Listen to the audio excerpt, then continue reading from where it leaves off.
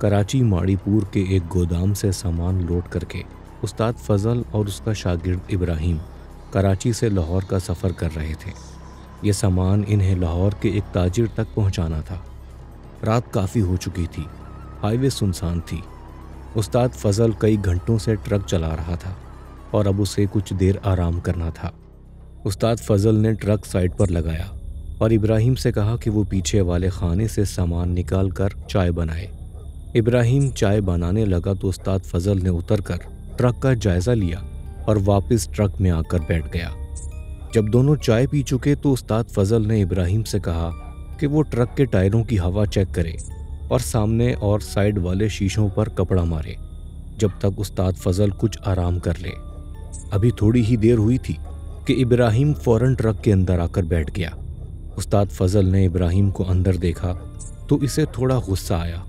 استاد فضل نے ابراہیم کو ڈانٹتے ہوئے کہا کہ تو اندر کیوں آ گیا؟ شیشے کون صاف کرے گا؟ لیکن ابراہیم خاموش رہا۔ وہ گھبرایا ہوا تھا۔ اس نے کہا، استاد یہ جگہ بھاری لگ رہی ہے، آگے کہیں چل کر روک لیں گے، ہمیں یہاں سے چلنا چاہیے۔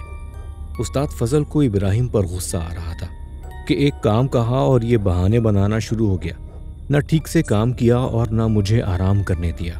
استاد فضل بولا، کیوں تجھے یہاں کوئی مسئلہ ہے کیا؟ ڈرامے بازی بند کر اور باہر جا کر شیشے صاف کر۔ ابراہیم بولا، استاد میں شیشے صاف کر رہا تھا تو مجھے لگا کہ ٹرک کے آگے پیچھے کوئی چل رہا ہے، مجھے ڈر لگ رہا ہے۔ استاد یہاں سے چلتے ہیں، آگے کسی ہوٹل یا پمپ کے پاس جا کر آپ آرام کر لینا۔ دیکھ تو غلط بات مت کر، میں سالوں سے ٹرک چلا رہا ہوں، ایسا کچھ نہیں ہوتا۔ چل میں تیرے ساتھ باہر چلتا ہوں، تو شیشے صاف کر۔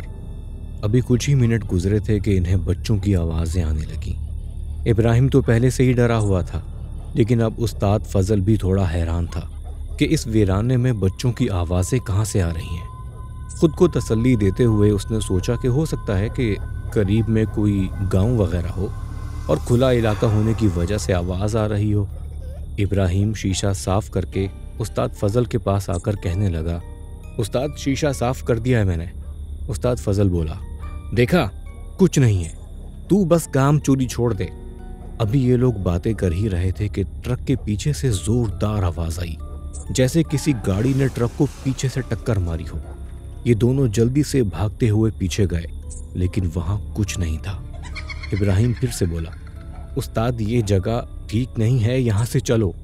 استاد فضل بھی اب معاملے کو سمجھ رہا تھا۔ دونوں ٹرک میں بیٹھ گئے اور جب استاد فضل نے سیلف مارا تو ٹرک سٹارٹ نہیں ہوا۔ اب ابراہیم کے ساتھ استاد فضل بھی گھبرا گیا تھا۔ اسے بھی احساس ہو رہا تھا کہ کوئی ٹرک کے گرد چکر لگا رہا ہے۔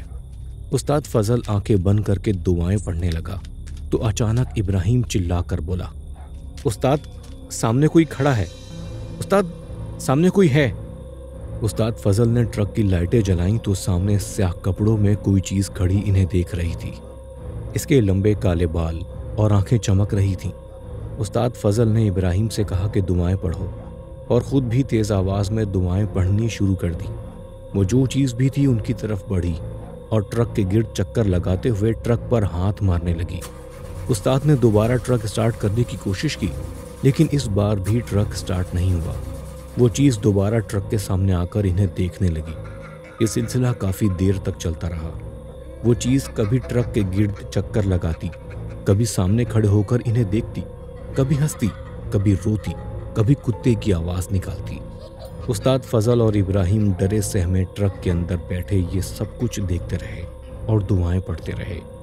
کافی دیر بعد اچانک ہی وہ چیز نظر آنا بند ہو گئی، لیکن اس کے باوجود استاد فضل اور ابراہیم ڈرے سہمے بیٹھے رہے۔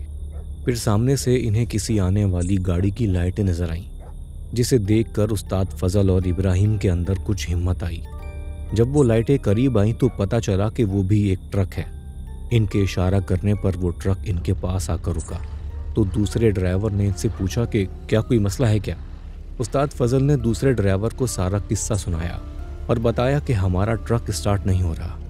دوسرے ڈرائیور نے تھوڑی ہمت بندھائی اور اب جیسے ہی استاد نے سیلف مارا تو ٹرک پہلے ہی سیلف میں سٹارٹ ہو گیا۔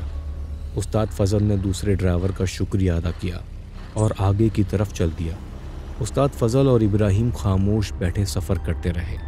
اس کے بعد استاد فضل کبھی ویرانے میں آرام کے لیے نہیں رکا۔